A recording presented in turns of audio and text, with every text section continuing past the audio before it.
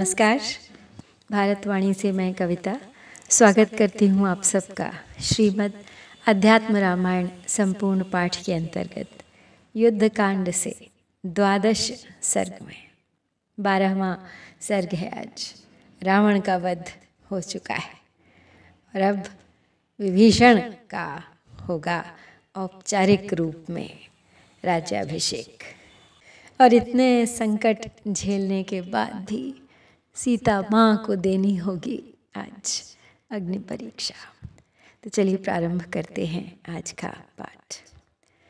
रामो विभीषणं दृष्ट्वा हनुमन्तं तथांगदं लक्ष्मणं कपिराजं च जाम्बवन्तं तथा परान् परितुष्टेन मनसा सर्वानेवाब्रवीद्वचः भवतां बाहुवीर्येण निहतो रावणो मया कीर्तिः स्थास्यति वह पुण्या यावच्चन्द्रदिवाकरौ कीर्तयिष्यन्ति भवतां कथां त्रैलोक्यपावनीं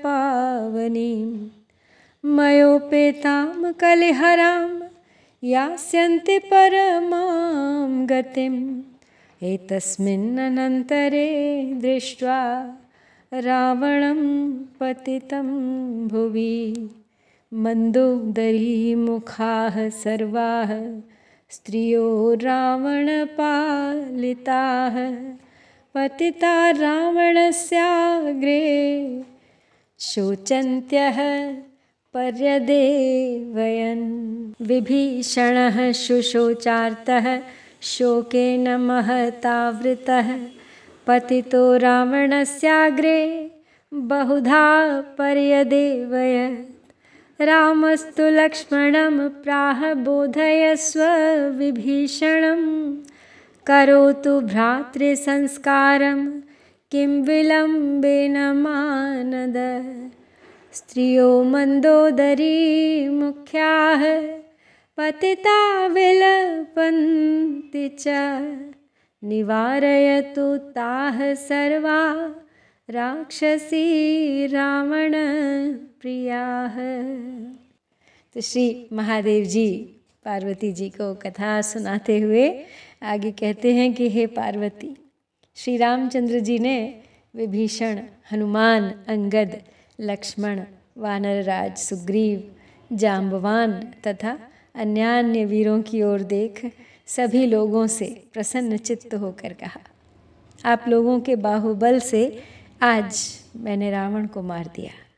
आप सब लोगों की पवित्र कीर्ति जब तक सूर्य और चंद्र रहेंगे तब तक स्थिर रहेगी, और जो लोग मुझ सहित आप सब की कल कलमश नाशिनी त्रिलोक पावनी पवित्र कथा का कीर्तन करेंगे वे परम पद को प्राप्त होंगे। इसी समय रावण को पृथ्वी पर गिरा देख उससे सुरक्षित मंदोदरी आदि समस्त स्त्रियां उसके पास आकर गिर गईं तथा शोक से विलाप करने लगी। तो विभीषण भी महान शोकाकुल हो आर्त भाव से चिंताग्रस्त हो गए और रावण के पास गिरकर नाना प्रकार से विलाप करने लगे। तब श्री रघुनाथ जी ने लक्ष्मण जी से कहा, हे मानद, विभीषण को समझाओ कि वह भाई का और्ध्वदैहिक संस्कार करे। अब व्यर्थ देरी करने से क्या लाभ है। और मंदोदरी आदि स्त्रियां पछाड़ खा खा कर विलाप कर रही हैं, सो उन रावण की प्रेयसी राक्षसियों को समझाकर ऐसा करने से रोका जाए। एवमुक्तो अथ रामेण लक्ष्मणो गाद्विभीषणम् उवाच मृतकोपान्ते पतितं मृतकोपमं शोकेन महताविष्टं सौमित्रेरिदमब्रवीत् यं शोचसि त्वं दुःखेन को अयं तव विभीषण त्वं वास्य कथमः सृष्टेः पुरेदानीमतः परं यद्वत्तो योगपतिताः सिकता यान्ति तद्वशाः। संयुज्यन्ते वियुज्यन्ते तथा कालेन देहिनः। यथा धानासु वैधाना भवन्ति न भवन्ति च। एवं भूतेषु भूतानि प्रेरितानि मायया। त्वं चेमे वयमन्ये च तुल्याः कालवशोद्भवाः। जन्म मृत्यु यदा यस्मात् तदा तस्मात् भविष्यतः।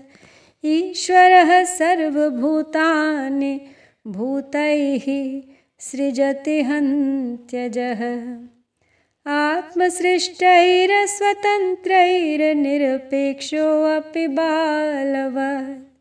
देहेन देहिनो जीवादेहादेहो अभिजायते। बीजादेव यथा बीजं देहान्यैव शाश्वतः। देहि देहविभागो अयं विवेककृतः पुरा। नानात्वं जन्मनाशश्च क्षयो वृद्धिः क्रियाफलं। द्रष्टुराभान्त्यत्तद्धर्मा यथाग्नेर्दारुविक्रियाः। तब भगवान राम के इस प्रकार कहने पर श्री लक्ष्मण जी मृतक रावण के समीप मरे हुए के समान पड़े हुए विभीषण के पास आए और उससे कहने लगे। इस समय विभीषण महान शोकाकुल थे। उनसे लक्ष्मण जी इस प्रकार बोले, विभीषण, जिसके लिए तुम दुखी होकर शोक कर रहे हो, यह तुम्हारा कौन है? तथा तुम भी अपने जन्म से पूर्व, इस समय अथवा इससे आगे इसके क्या हो? जिस प्रकार जल के प्रवाह में पड़ी हुई बालू उसके अधीन आती जाती रहती है, उसी प्रकार देहधारी प्राणी काल के वशीभूत हुए ही संयोग और वियोग को प्राप्त होते हैं। जिस प्रकार बीजों से अन्य बीज उत्पन्न होते और नष्ट भी हो जाते हैं, उसी प्रकार भगवान की माया से प्रेरित समस्त प्राणी अन्य प्राणियों से उत्पन्न होते और मरते रहते हैं। तुम, हम, ये और अन्य सब भी समान भाव से काल के वशीभूत ही उत्पन्न हुए हैं। जन्म और मृत्यु जिस समय जिससे होने वाले हैं, उस समय उसी के द्वारा हो जाएंगे। अजन्मा ईश्वर ही किसी प्रकार की इच्छा न रहते हुए भी बालक के समान केवल विनोदार्थ अपने रचे हुए अस्वतंत्र प्राणियों से समस्त प्राणियों को उत्पन्न करता और नष्ट कर देता है। जीव देह संयोग के कारण ही देही कहलाता है और देह अन्य यानी माता पिता के देह से ही उत्पन्न होता है। जैसे कि एक बीज से दूसरा बीज। सनातन आत्मा तो देह से वास्तव में पृथक सा ही है। वास्तव में तो यह देह और देही का विभाग भी पहले ही से अविवेक के ही कारण है। जिस प्रकार अग्नि में लकड़ी के विकार दिखाई देते हैं, उसी प्रकार साक्षी आत्मा में भिन्नता, जन्म, मरण, क्षय, वृद्धि, कर्म और कर्म फल आदि प्रतीत होते हैं, जो वास्तव में उसके धर्म हैं ही नहीं। त इमे देह संयोगादात्मना भान्त्य सद्ग्रहात् यथा यथा तथा चान्यध्यायतो असत् सदा ग्रहात्। प्रसुप्तस्यानहं भावात् तदा भाति न संसृतिः। जीवतोऽपि तथा तद्वद्विमुक्तस्यानहं कृतेः। तस्मान्माया मनोधर्मं जह्यहं ममता भ्रमं। रामभद्रे भगवति मनोधेह्यात्मनीश्वरे। सर्वभूतात्मनि परे माया मानुषरूपिणी। बाह्येन्द्रियार्थ संबंधात् त्याजयित्वा मनः शनैः। तत्र दोषान् दर्शयित्वा रामानन्दे नियोजय। देहबुद्ध्या भवेद् भ्राता पिता माता सुहृत्प्रियः विलक्षणं यदा देहात् जानात्यात्मानमात्मना तदा कः कस्य वा बन्धुर्भ्राता माता पिता सुहृत् मिथ्या ज्ञानवशात् जाता दारागारादयः सदा शब्दादयश्च विषया विविधाश्चैव सम्पदः बलं कोशो भृत्यवर्गो राज्यं भूमिः सुतादयः अज्ञानजत्वात् सर्वे ते क्षणसङ्गमभङ्गुराः अथोत्तिष्ठ हृदा रामं भावयन् भक्तिभावितम् अनुवर्तस्व राज्यादि भुञ्जन प्रारब्धमन्वहम् भूतं भविष्यद् भजन् वर्तमानमथाचरन् विहरस्व यथा न्यायं भवदोषैर्न लेप्यसे आज्ञापयति रामस्त्वां यद्भ्रातुः साम्प्रदायिकं तत्कुरुष्व यथा शास्त्रं रुदतीश्चापि योषितः। आगे कहते हैं लक्ष्मण जी की मिथ्या भ्रांति के कारण आत्मा के साथ देह का संयोग मानने से जिस प्रकार ये सब धर्म सत्यवत भासते हैं वैसे ही सत्य अर्थात आत्मा का निश्चय कर उसी का ध्यान करते रहने से ये असत्य प्रतीत होने लगते हैं।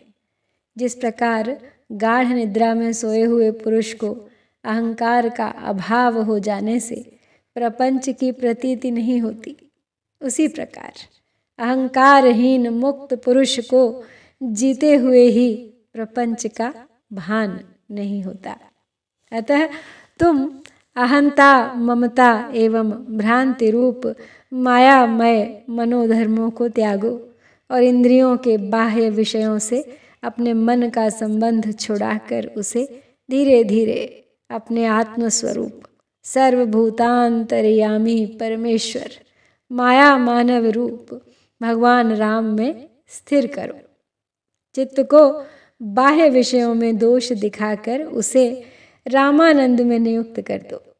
ये माता पिता भ्राता सुहृद और स्नेही जन तो देह बुद्धि से ही होते हैं। जिस समय अपने विशुद्ध अंतःकरण द्वारा मनुष्य आत्मा को देह से पृथक जान लेता है, उस समय कौन किसका माता पिता भाई बंधु अथवा सुहृद है। ये स्त्री और गृह आदि ये सब शब्द विषय नाना प्रकार की संपत्ति बल कोश सेवकगण राज्य पृथ्वी और पुत्र इत्यादि सदा मिथ्या ज्ञान के कारण ही उत्पन्न हुए हैं और अज्ञान जन्य होने के कारण सब क्षणभंगुर हैं। अतः अब खड़े हो जाओ और हृदय में भक्ति भावित भगवान राम का स्मरण करते हुए निरंतर प्रारब्ध भोगों में तत्पर हो राज्य आदि का पालन करो। भूत और भविष्य की चिंता न करते हुए तथा वर्तमान का अनुगमन करते हुए न्यायानुकूल आचरण करो। इससे तुम संसार दोष से लिप्त नहीं होगे। भगवान राम तुम्हें आज्ञा देते हैं कि अपने भाई का जो कुछ और्ध्वदैहिक कर्म हो वह सब शास्त्रानुसार संपन्न करो और हे महाबुद्धे इन रोती हुई स्त्रियों को यहाँ से अलग भेजो। ये सब लंकापुरी को जाएं और अब इसमें देर न की जाए। निवारय महाबुद्धे लंकां गच्छन्तु माचिरं श्रुत्वा यथावद्वचनं लक्ष्मणस्य विभीषणः त्यक्त्वा शोकं च मोहं च रामपार्श्वमुपागमत् विमृश्य बुद्ध्या धर्मज्ञो धर्मार्थसहितं वचः रामस्यैवानुर्वृत्त्यर्थमुत्तरं पर्यभाषत नृशंसमनृतं क्रूरं त्यक्तधर्मव्रतं प्रभो नार्होऽस्मि देव संस्कर्तुं परदाराभिमर्शिनं श्रुत्वा तद्वचनं प्रीतो रामो वचनम् अब्रवीत्। मरणान्तानि वैराणि निवृत्तं नः प्रयोजनं क्रियतामस्य संस्कारो ममाप्येष यथा तव। रामाज्ञां शिरसा धृत्वा शीघ्रमेव विभीषणः सान्त्ववाक्यैर्महाबुद्धिं रागीं मन्दोदरीं तदा।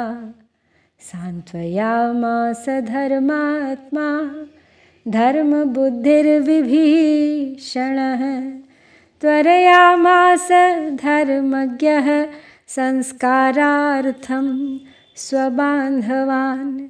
चित्यां निवेश्य विधिवत् पितृमेधविधानतः आहिताग्नेर्यथा कार्यं रावणस्य विभीषणः। तथैव सर्वमकरोत् बन्धुभिः सह मन्त्रिभिः। ददौ च पावकं तस्य विधियुक्तं विभीषणः। स्नात्वा चैवार्द्रवस्त्रेण तिलान्दर्भाभिमिश्रितान् उदकेन च सम्मिश्रान् प्रदाय विधिपूर्वकं। प्रदाय चोदकं तस्मै मूर्ध्ना चैनं प्रणम्य च। ताः स्त्रियो अनुनयामास सान्त्वमुक्त्वा पुनः पुनः। गम्यतामिति ताः सर्वा विविशुर्नगरं तदा। प्रविष्टासु च सर्वासु राक्षसीषु विभीषणः। रामपार्श्वमुपागत्य तदा तिष्ठद्विनीतवत्। रामोऽपि सह सैन्येन स सुग्रीवः स लक्ष्मणः। हर्षं लेभे रिपून् हन्त्वा यथा वृत्रं शतक्रतुः। मातलिश्च तदा रामं परिक्रम्याभिवन्द्य च। तब लक्ष्मण जी के यथार्थ वचन सुनकर विभीषण शोक और मोह को छोड़कर भगवान राम के पास आए। धर्मज्ञ विभीषण ने चित्त में कुछ सोच विचार कर श्री रामचंद्र जी का ही अनुवर्तन करने के लिए यूं धर्मार्थ युक्त उत्तर दिया। प्रभु, यह रावण बड़ा दुष्ट, मिथ्यावादी, क्रूर और समस्त धर्म व्रत आदि से रहित था। हे देव, इस पर स्त्री गामी का संस्कार करने में मैं समर्थ नहीं हूँ। उसके ये वचन सुनकर श्री रामचंद्र जी ने प्रसन्न होकर कहा, भैया, वैर तो मरने तक का ही होता है। सो अब हमारा काम हो चुका। अब तो यह जैसा तुम्हारा है वैसा ही मेरा है, अतः इसका संस्कार करो। तब विभीषण ने भगवान राम की आज्ञा सिर पर धारण कर तुरंत ही शांत वचनों से महाबुद्धिशालिनी रानी मंदोदरी को ढाढ़स बंधाया और तदनंतर धर्म बुद्धि धर्मात्मा धर्मज्ञ विभीषण ने अपने बंधु बांधवों से संस्कार के लिए शीघ्रता करने को कहा। विभीषण ने पितृमेध की विधि से शव को विधिपूर्वक चिता पर रखा और जिस प्रकार अग्निहोत्री का होना चाहिए उसी प्रकार अपने बंधु बांधवों के और मंत्रियों के साथ मिलकर उन्होंने रावण के सब अंत्येष्टि संस्कार किए। तत्पश्चात विभीषण ने उसे विधिवत अग्निदान किया। फिर स्नान कर गीले वस्त्र से तिल और कुश मिले जल से विधिवत जलांजलि दी तथा जलांजलि देने के अनंतर पृथ्वी पर सिर रखकर उसे प्रणाम किया और उन स्त्रियों को बारंबार सांत्वना के वचन कहकर ढाढ़स बंधाया और कहा कि अब तुम जाओ। तब वे सब लंकापुरी को चली गईं। समस्त राक्षसियों के नगर में चले जाने पर विभीषण भगवान राम के पास आकर अति विनीत भाव से खड़े हो गए। सेना सुग्रीव और लक्ष्मण के सहित भगवान राम को भी शत्रुओं का नाश कर चुकने पर बड़ा आनंद हुआ। जैसा कि वृत्रासुर को मारने के बाद इंद्र को हुआ था। तदनंतर मातली ने श्री रामचंद्र जी की परिक्रमा की और उन्हें प्रणाम कर उनकी आज्ञा पा आकाश मार्ग से स्वर्गलोक इंद्र के पास वापस चला गया। अनुज्ञातश्च रामेण ययौ स्वर्गं विहाय सा ततो हृष्टमना रामो लक्ष्मणं चेदमब्रवीत् विभीषणाय मे लंका राज्यं दत्तं पुरैव हि इदानीमपि गत्वा त्वं लंका मध्ये विभीषणम् अभिषेचय विप्रैश्च मंत्रवद्विधिपूर्वकम् इत्युक्तो लक्ष्मणस्तूर्णं जगाम सह वानरैः लंकां सुवर्णकलशैः समुद्रजलसंयुतैः अभिषेकं शुभं चक्रे राक्षसेन्द्रस्य धीमतः ततः पौरजनैः सार्धं नानोपायनपाणिभिः विभीषणः ससौमित्रिरूपायन पुरस्कृतः दण्डप्रणाममकरोद्रामस्य क्लिष्टकर्मणः रामो विभीषणं दृष्ट्वा प्राप्तराज्यं मुदान्वितः कृतकृत्यमिवात्मानं मन्यत सहानुजः सुग्रीवं च समालिङ्ग्य रामो वाक्यम् अथाब्रवीत् सहायेन त्वया वीरजितो मे रावणो महान् विभीषणोऽपि लङ्कायामभिषिक्तो मया नघ ततः प्राह हनुमन्तं पार्श्वस्थं विनयान्वितं विभीषणस्यानुमतेर्गच्छ त्वं रावणालयं जानक्यै सर्वमाख्याहि रावणस्य वधादिकं जानक्याः प्रतिवाक्यं मे शीघ्रमेव निवेदय। तो अब जब रावण का अंतिम संस्कार हो गया, राक्षसियाँ लंका को लौट गईं, मातली भी इंद्र के पास लौट गए, तो अब फिर श्री रघुनाथ जी ने प्रसन्न चित्त हो लक्ष्मण जी से इस प्रकार कहा। बोले, मैंने तो पहले ही विभीषण को लंका का राज्य दे दिया है, तथापि तुम इस समय भी लंका में जाकर विभीषण का ब्राह्मणों के द्वारा मंत्र पाठ पूर्वक विधिवत अभिषेक कराओ। भगवान राम की ऐसी आज्ञा पा वानरों के सहित श्री लक्ष्मण जी तुरंत ही लंकापुरी को गए तथा समुद्र के जल से भरे हुए सुवर्ण कलशों से महाबुद्धिमान राक्षस राज विभीषण का मंगलमय अभिषेक किया। तब पुरवासियों के साथ हाथों में नाना प्रकार की भेंटें लिए लक्ष्मण जी के सहित विभीषण ने बहुत सा उपहार आगे रख लीला विहारी भगवान राम को दंडवत प्रणाम किया। विभीषण को राज्य प्राप्त हुआ देख श्री रामचंद्र जी बड़े प्रसन्न हुए और भाई लक्ष्मण के सहित अपने को कृतकृत्य सा मानने लगे। तदनंतर भगवान राम ने सुग्रीव को हृदय से लगाकर कहा, हे वीर, तुम्हारी सहायता से ही मैंने महाबली रावण को जीता है, और हे अनघ, उसी से विभीषण को भी लंका के राज्य पर अभिषिक्त किया है। फिर पास ही बड़े विनीत भाव से खड़े हुए हनुमान जी से कहा, तुम विभीषण की सम्मति से रावण के महल में जाओ और जानकी जी को रावण के वध आदि का समस्त वृत्तांत सुनाओ, और फिर वह जो कुछ उत्तर दे वह मुझे सुनाना।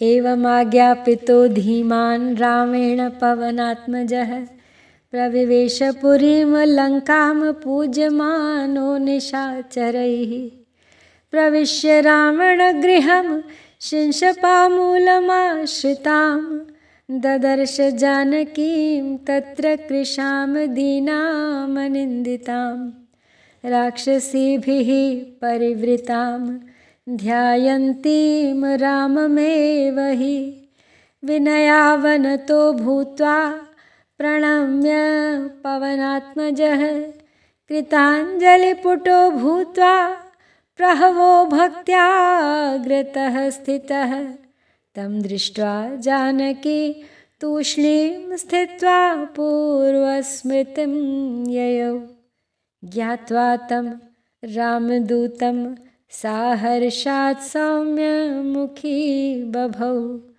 स तां सौम्यमुखीं दृष्ट्वा तस्यै पवननन्दनः रामस्य भाषितं सर्वमाख्यातुमुपचक्रमे देवी रामः स सुग्रीवो विभीषण सहायवान् कुशली वानराणां च सैन्यैश्च सह लक्ष्मणः रावणं ससुतं हत्वा सबलं सह मन्त्रिभिः त्वामाह कुशलं रामो राज्ये कृत्वा विभीषणम् श्रुत्वा भर्तुः प्रियं वाक्यं हर्षगद्गदया गिरा किं ते प्रियं करोम्यद्य न पश्यामि जगत्त्रये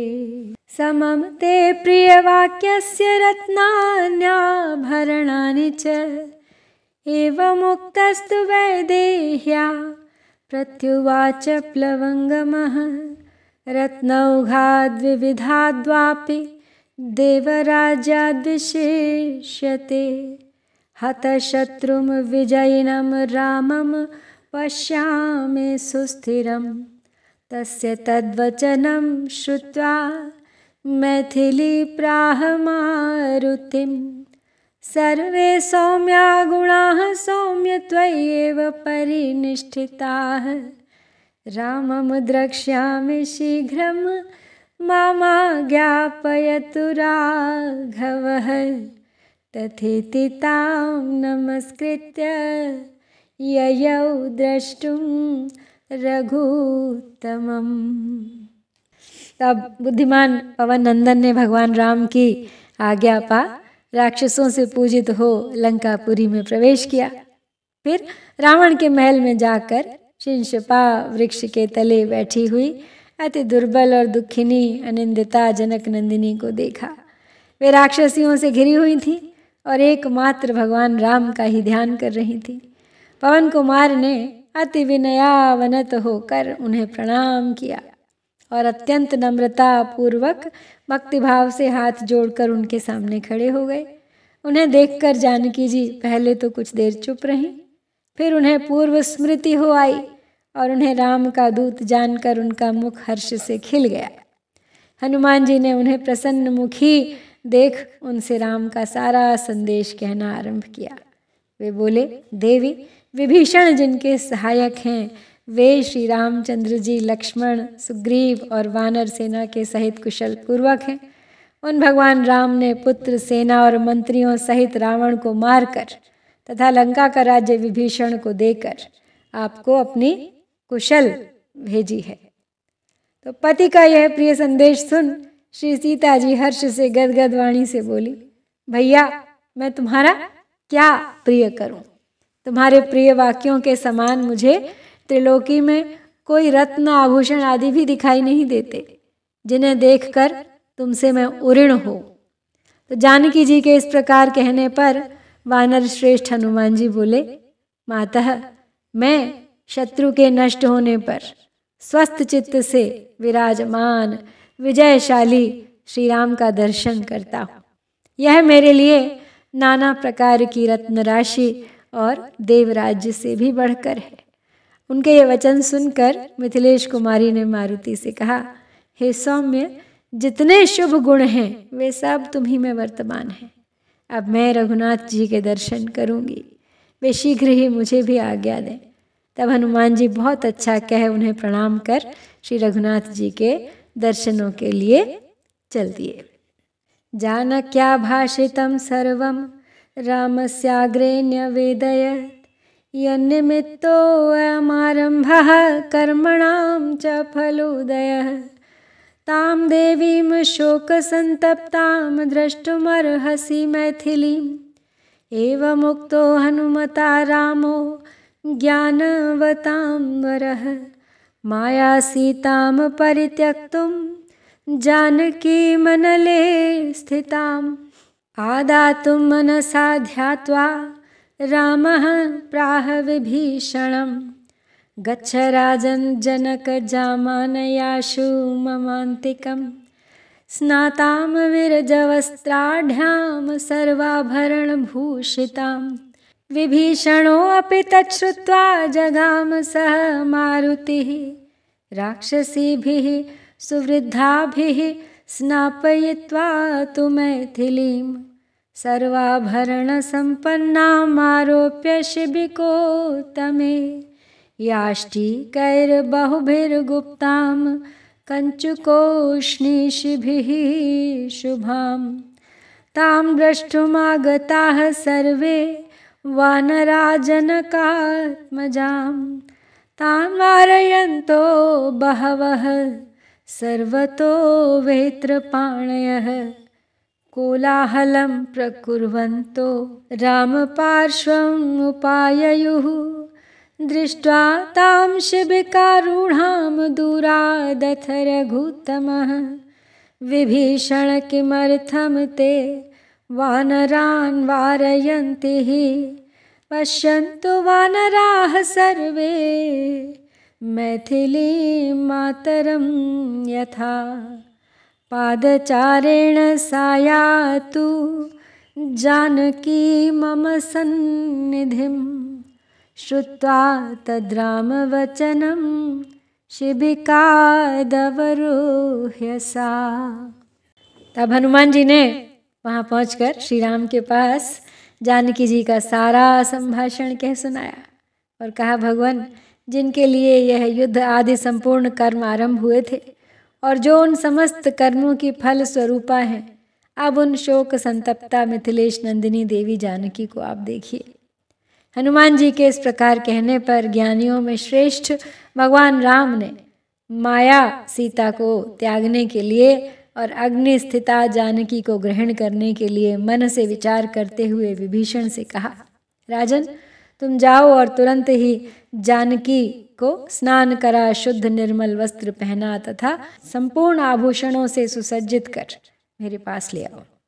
यह सुनकर विभीषण हनुमान जी को साथ ले तुरंत ही चल दिए और शुभ लक्षणा जानकी जी को बड़ी बूढ़ी राक्षसियों द्वारा स्नान करा, संपूर्ण वस्त्राभूषणों से सुसज्जित कर एक सुंदर पालकी पर चढ़ाया गया और फिर उन्हें जामा पगड़ी आदि से बने ठने बहुत से छड़ीदारों से सुरक्षित कर वे ले चले। उस समय सीता जी को देखने के लिए सब वानर दौड़ आए। उन्हें चारों ओर से रोकते तथा हटो हटो कहकर बड़ा कोलाहल करते बहुत से छड़ीदार रामचंद्र जी के पास ले आए। रघुनाथ जी ने दूर से ही सीता जी को पालकी पर चढ़ी देखकर कहा, विभीषण तुम्हारे ये छड़ीदार वानरों को क्यों रोकते हैं? समस्त वानरगण जानकी का माता के समान दर्शन करें और जानकी जी को मेरे पास पैदल ही चलकर आने दीजिए। राम जी के वचन सुन श्री सीता जी पालकी से उतर पड़ी और धीरे धीरे पैदल ही श्री रामचंद्र जी के पास पहुंची। पादचारेण शनकैरागता राम सन्निधिं रामोऽपि दृष्ट्वा तां माया सीतां कार्यार्थनिर्मिताम् अवाच्य वादान् बहुशः प्राहतां रघुनन्दनः अमृष्यमाणा सा सीता वचनं राघवोदितं लक्ष्मणं प्राह मे शीघ्रं प्रज्वालय हुताशनं विश्वासार्थं हि रामस्य लोकानां प्रत्ययाय च राघवस्य मतं ज्ञात्वा लक्ष्मणोऽपि तदैव हि महाकाष्ठचयं कृत्वा ज्वालयित्वा हुताशनं रामपार्श्वमुपागम्य तस्थौ तूष्णीमरिन्दमः ततः सीता